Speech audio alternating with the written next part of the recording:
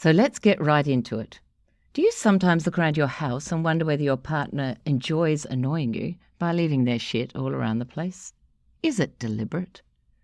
Do you sometimes sit in apprehension, wondering if you sit still long enough, your partner will have cleaned you and your belongings up and shifted you to a spot where you're not in the way or making a mess? Ah, the joys of the judging and perception preference of the Myers-Briggs type indicator. How wonderful it will be to understand and integrate this understanding for this preference into your lives. You will then be able to either relate to or find the need to understand your differences in order to realise you're not out to annoy the hell out of each other. No, you're just different. Are you ready? We're in for a great discussion. Welcome to Personalities, Parenting and Partners. It's the podcast that connects you to the ones you care about the most. I'm Kate Mason.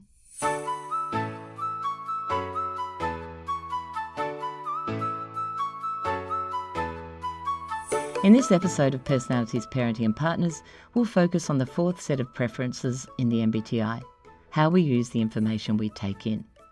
Some people choose to make more decisions on this information and prefer a more structured and decided lifestyle, judging, whereas others prefer to keep taking in more information and live a more flexible and adaptable lifestyle, perceiving. Once again, let's keep in mind that every single person uses their judging and perceiving preferences. One is more natural and more comfortable for us to use, and the other is less comfortable, but we can still use it in some form daily. So let's look at the impact these two different preferences can have on your views on life, your communication, and understanding of each other. Just letting you know, I'm a perceiving type. Take a minute to ask yourself which of the following descriptions seems more natural, effortless, and comfortable for you. So what does judging look like? People who prefer judging usually prefer a planned, orderly way of life.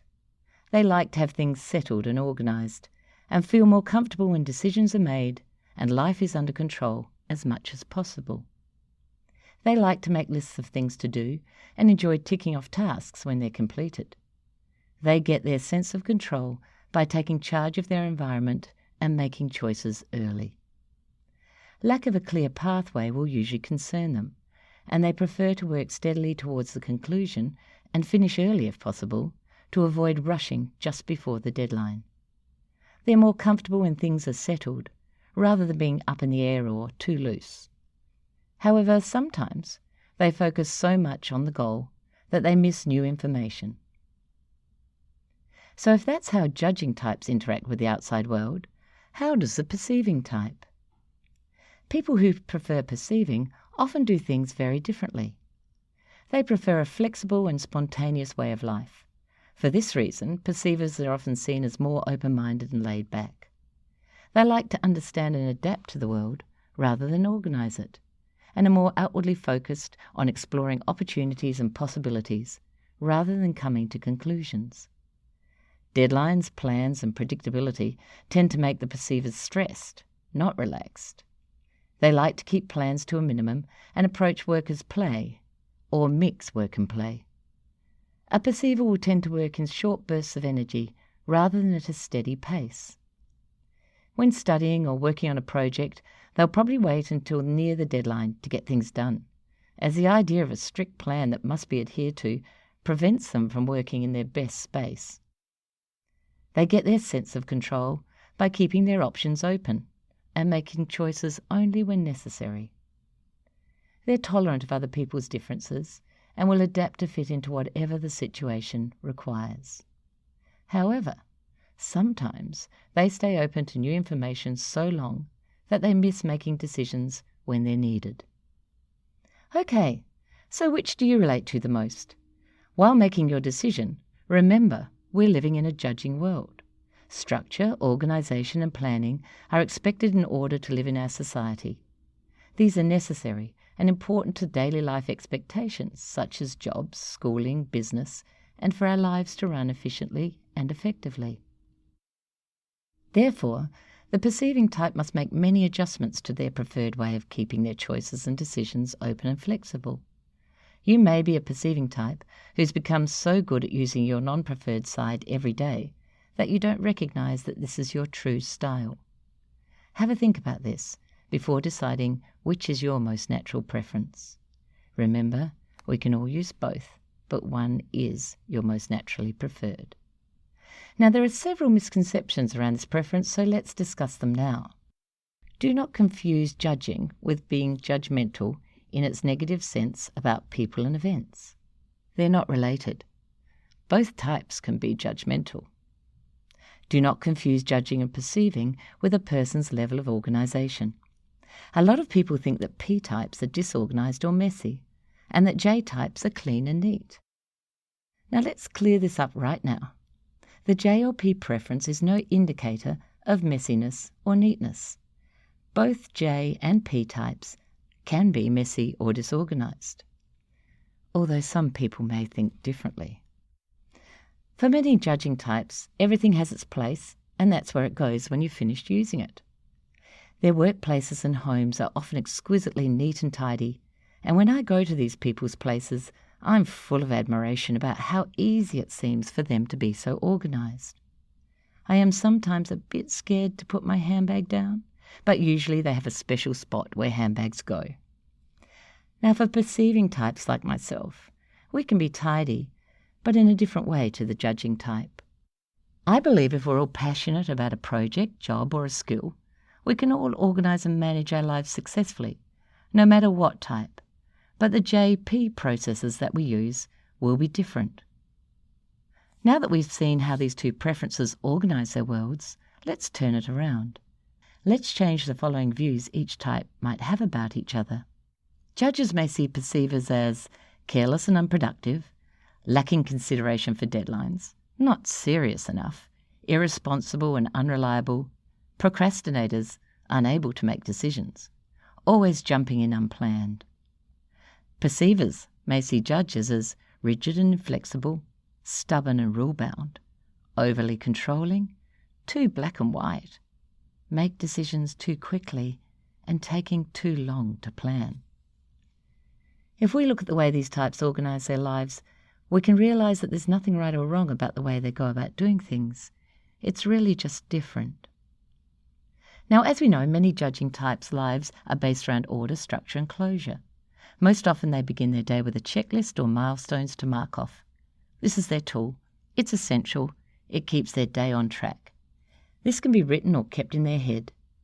Let's imagine their timeline as a straight line with jobs and times all neatly marked in time frames along it. So let's talk about the perceiving person. Perceivers are a little different. They like flexibility. They adapt to change easily. List making is a different tool for the P. In fact, just sitting down writing a list is a reminder to do something that they then disrupt their list making process to go and do. Then they forget the list until later, when they come back and see it abandoned on the kitchen counter. By that time, they've probably written another list. Ps often have many lists, some completed, some not. Some left at home, lost in a handbag, and some never to be found again. The process of writing these lists is important to start the flow of ideas, but often is never completed or followed up in the same well-executed fashion as the J. Perceivers live their life engaging with new data as they live it. If we look at their day, their line would squiggle from left to right as they take in more data and move with the flow of the day.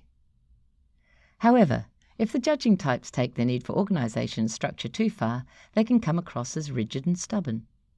My son Jack is the only judging type in our family of 4. Life can be very frustrating for him at times, as he's often pushed to his limits of having to act on unplanned impulse when with us. Whereas he would much prefer to know in advance what he's going to do.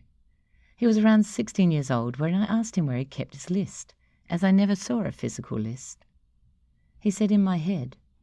I was curious, so I asked him how he crossed off what he achieved in his list. He answered, "Before I go to sleep, I go over the things I've completed and mentally tick them off, and the rest I prioritise to be done as soon as possible the following morning." Wow, that's amazing. I would never even thought of managing that kind of process in my head. My list would have totally changed by the following morning, or I would have forgotten it. Judging types list is very important, whether mentally or physically created. It helps them organise and process their lives. When I do write a judging list and I achieve everything on it, I feel elated. It's such a rarity for me. But it's also really stressful, so I don't do it that often. Life's not made to be that hard. 66% of judging types say they set specific goals that they hope to accomplish each day, compared with 34% of perceiving types. Perceiving types are much more flexible when it comes to dealing with unanticipated challenges, and it helps them seize unexpected opportunities as well. However, this can also lead to impulsive decision-making and overwhelm from the sheer number of options that are on their radar. Therefore, perceiving types can be slow to commit because of the uncertainty or the potential of everything else. When we started travelling, I used a travel agent that would give me 2 options of hotels and dates and expect me to make up my mind. As a perceiver who likes a lot of choice and flexibility, I was very stressed by this rigid way of organising my travel. After one particularly frustrating conversation, when I wanted to change my travel plans and she refused, I changed travel agents. I now have a perceiving travel agent who sends me many choices of hotels and locations, and I sit and mull over them for as long as I can without having to decide. I love it. Much to Jack's distress, we were at the airport heading for France, and I was still finalising my bookings for some hotels. As I said to him, if I miss out on them, there'll be plenty more to choose from. I love the adrenaline rush of making decisions at the last minute. So what does this mean for relationships between a J and a P, particularly if we have a partner who is our opposite? Today I'm talking to Sally. Sally has had many years in high-level business management. She's a business owner, a mum and a wife, and Sally is an ISTJ. Her personality type enjoys structure and order. Her husband is an INTP. His type loves change, critical thinking, and going with the flow. Sally's going to be talking to us about the joys and stresses of living with a P and the way that she and her husband Paul make it work. It's so important that we all see how differently people structure and organise their worlds, so that we can understand each other, compromise, and enjoy our differences.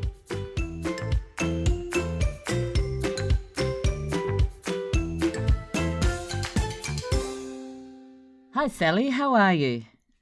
Very well, thanks, Kate. How are you? I'm really well. Now, today we're here to talk about the Myers-Briggs type indicator, judging and perceiving preference. And I know that you have been using this kind of stuff for years. So where was your first introduction to type? I think it was actually you, Kate, to be honest. Was it? You never were at work or anything like that? Well, at work we used different types of things, and we probably did use Myers-Briggs a little bit, but it's sort of one of those things that we learnt a lot about it, but it wasn't until you actually had time to think about it that you actually and knew a little bit about yourself that you started to apply it. So the fact that you were so interested in it, I think, made us all really think about it a lot more. And the older that you are, the more you know yourself and know how you like, your preferences in terms of working and things like that. Absolutely. And the more situations you get yourself into that you realise that it actually does play quite a huge part in everything, doesn't it? It sure does. So you, as a judging type, how do you keep your life planned? Because it would be really interesting for all of us perceiving type people out there who have a very different style of planning their world. Well, I guess without, again, knowing much about myself as a child, I always wrote lists. So, I've always had multiple lists on the go.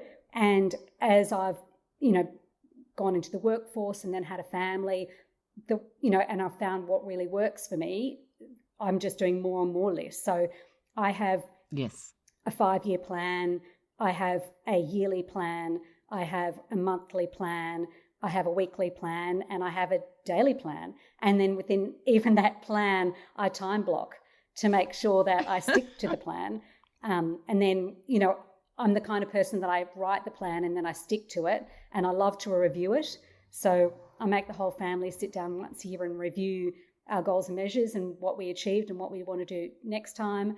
I write my daily plan and then look at it at the end of the day to make sure I've done everything. Of course, when you do a plan, you always put a few things on it you've already done, so it makes you feel good. That's right. Yeah. I was going to ask that. I was going to say, and do you add anything in and tick it off? Absolutely. Just because you've done it? And they're all, I guess, sort of job-related sort of things that need to be done.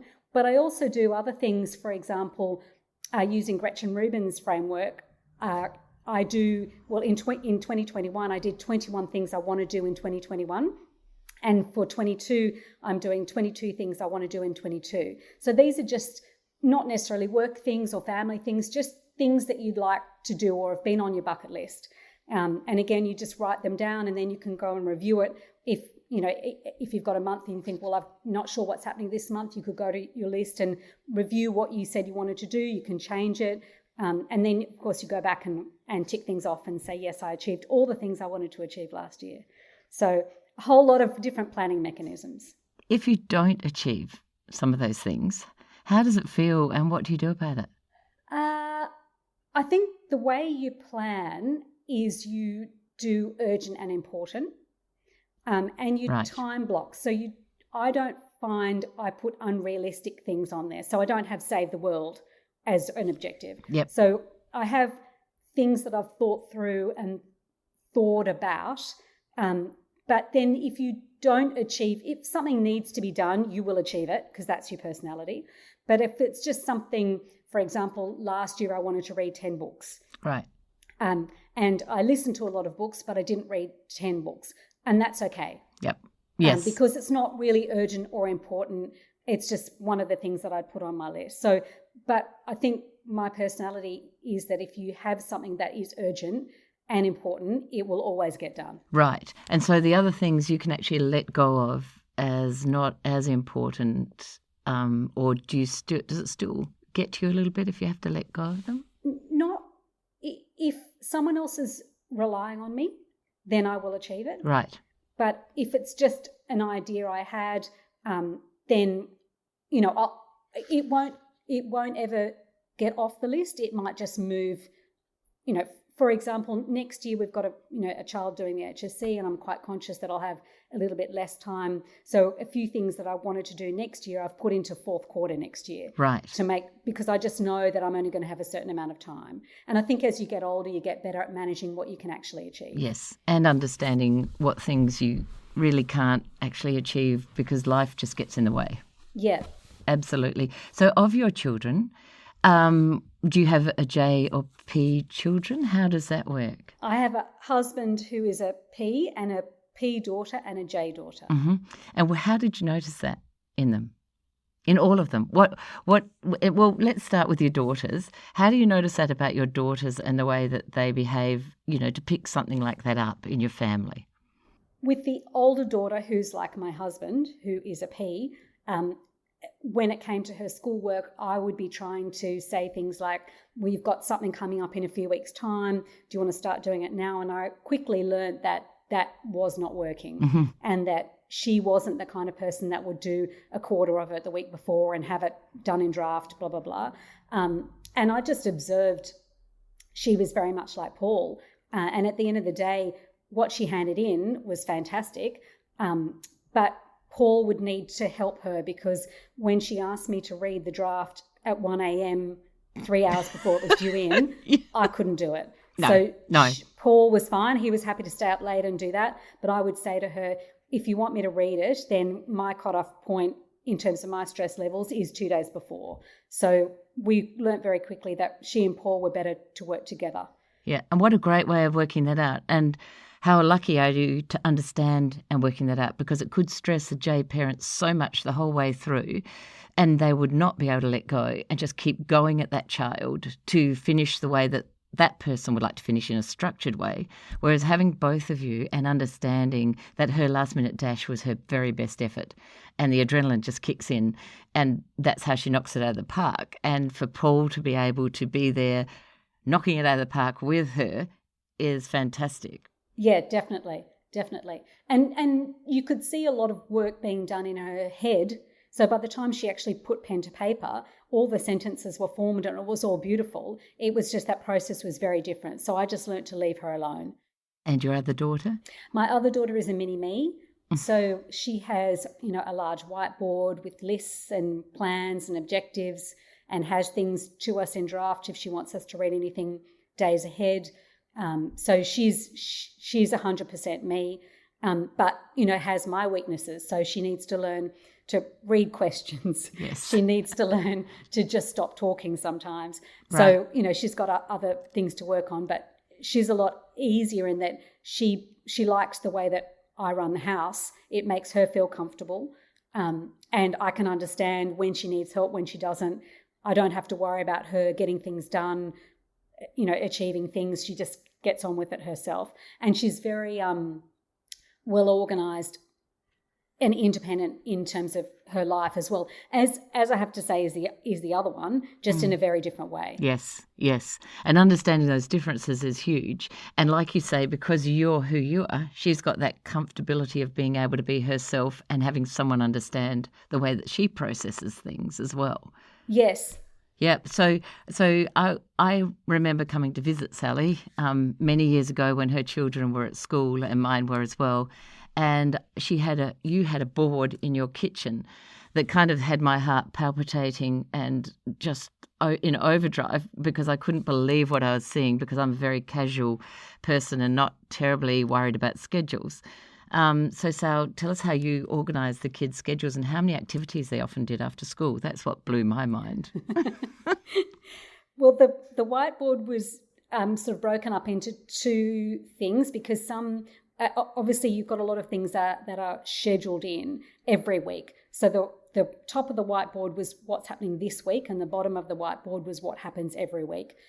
So, for example, a violin lesson was always Tuesday at 4:30, so that was in the bottom, and on the top, a dentist appointment or something like that would come up for the week. And every Sunday night, I would update it, and we would have a little team meeting, and of course, the little mini-me would come with her pen and paper, and the other two would groan and look disinterested and make jokes and leave pretending that they hadn't heard a thing. But if they needed to know what was going on, then they could go at their own time and have a look at the board. Yep, fantastic. And it was a great reminder, because for someone like me who doesn't even do that, I would love to, but it never happens. My husband and I have got lots of big whiteboards in our shed that we've never used that we always thought would be fantastic, and we sit down and start off, and 6 weeks later the list is still the same as the first one we put on there. So we've actually decided not to buy anymore. Yeah. And we're not putting any New Year's resolutions or doing anything like that either, because there's no point, really. No point at all. So what does that mean for you moving forward? What do you see the positive qualities of yourself, and possibly the more negative sides, even in terms of frustrations and what you expect out of life? Well, I think the positive qualities, obviously, if you take aside all the list and achieving of lists and things at home, in a work sense, if I'm given a task, I will achieve it. So you can pretty well give me anything and I'll find a way of making it happen. So in a work sense, when I was given, the budget to achieve, we achieved it every single time. And I don't need a lot of direction. So once I know there's a task, I'm pretty good at sort of sticking to it, and probably, getting things done so I can juggle home, work. I've got quite a big volunteering job that's time sensitive at the moment, and we have a few other businesses on the side. So I juggle a lot of tasks at the same time, and sometimes I drop a ball, but generally I can manage quite a lot. So I think that's probably a strength, that you can manage multiple things at the same time. But we're not great, because we're so structured and we take a lot on. We're not great if someone then moves the goals quickly. So we don't mind change. I love doing new things and changing, but once we've agreed today is going to look like this, don't invite me out for golf at 3 o'clock, because I've already got what I was going to do at 3, and I have to force myself to think, actually, I won't do that. I'll go and play golf with Paul, instead of thinking I had my work between 3 and 4 organised. Yes. So does that stress you out? That stresses you out. I shouldn't ask that question. That does stress you out. But you are able to move the goalposts sometimes and add things in. but it does create that stress. It's not my natural style, whereas this morning I said to Paul, what are you doing today? And he said, I'll just see how the day goes. Whereas I've got between, Yep. I'm doing a podcast and I'm doing this and we're having lunch between. So, but I again, I've learned myself to say, well, we're on holiday, so we probably want to play golf. So I might diarise a few golf times. And then Paul says, what would you like to do today? I can say, how about we play golf? But it's actually in my list already. We won't tell him that. We'll keep that one a secret. He'll think you're going with the flow and you're just like, yep, got that Exactly. all scheduled. I think your natural, you prefer when someone asks you something like that off the cuff to say no, and you have to stop and think, well, actually I could do that.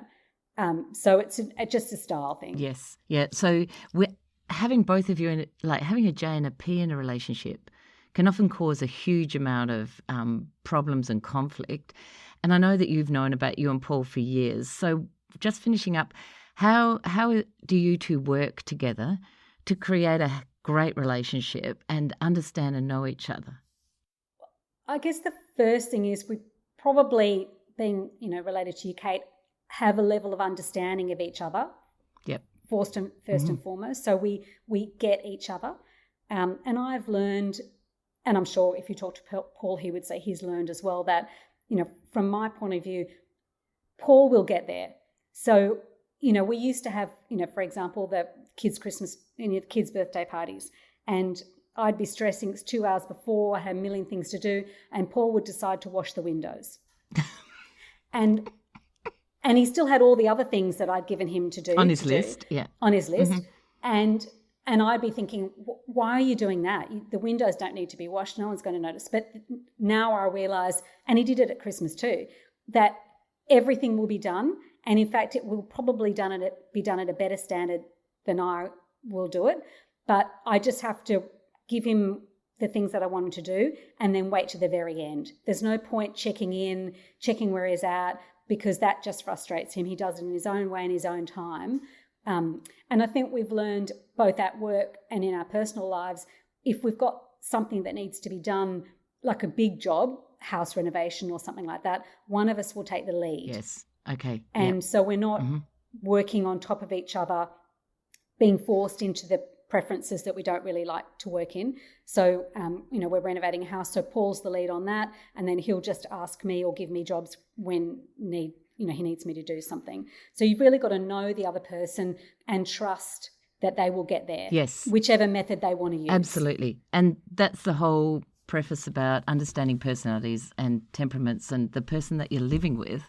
Because once you do, you can then make adjustments for all of these different things, the differences that we all have, and go with the flow. And like you say, as long as you know the job's going to get done, it's going to get done well. It really doesn't matter the process that it gets done, because if you sit and watch it, it will annoy the hell out of you. However, if you let it go and let it happen, it does happen and it does work.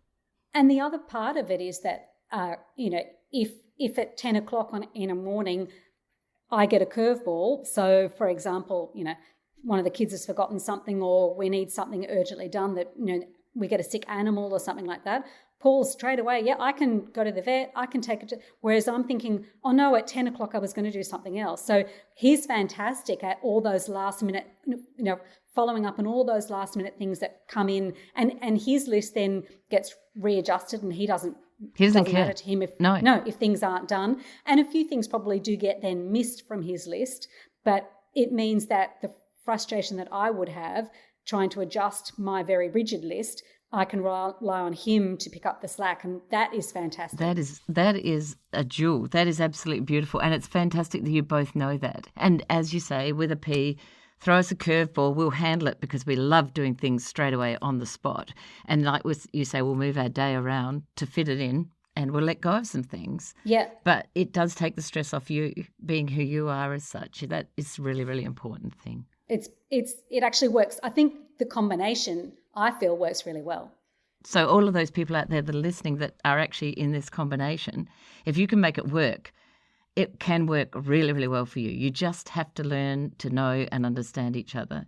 Sally, thank you for being with me this morning. You have been a wonderful example, perfect for what I want the people to see, because I think it's really important to be able to understand what I'm talking about and to hear it in real life, so to speak. Have a wonderful day, and I hope you get on with the rest of your list. No, I'm playing golf. Get Don't everything forget. done. Oh, excellent. Have a wonderful day, and thank you so much for being with us today. I really appreciate it. No problem. Thanks, Kate.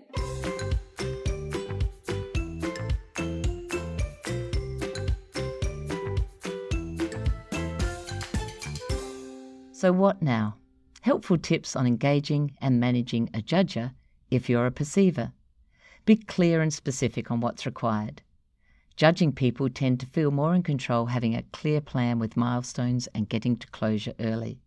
Give them a plan or let them create one, as a judger will not function so well with too much ambiguity and will prefer straight, clear lines. Avoid changing agreed plans, or at least give them time to think it through. They don't like last-minute changes. Question to check all options are explored, though, as a judger can be so keen to get on and do what they want, they don't fully explore other options. This could be valuable. Ensure your plans are thought through, as the judge will want to act immediately on them once they've made a plan and a to-do list. Helpful hints on engaging with and managing a perceiver if you're a judger. Let them ask questions and discuss options, as perceivers will prefer spontaneity rather than a strict plan. Allow them some wriggle room, as a perceiver will want to do it their way, and trying to force them to do it one way will not help. Let them talk a little, as they often vocalize their thoughts and work best in short bursts of energy rather than systematically. Question gently to bring to a decision, rather than force them down with a pre-organized direction. Check every now and then what they're doing, rather than micromanage them, just to ensure they are on the right track. They tend to feel more in control if they can keep their options open and maintain a sense of flexibility. And finally, being a perceiver is not an excuse for lateness. Being a judger does not make you right.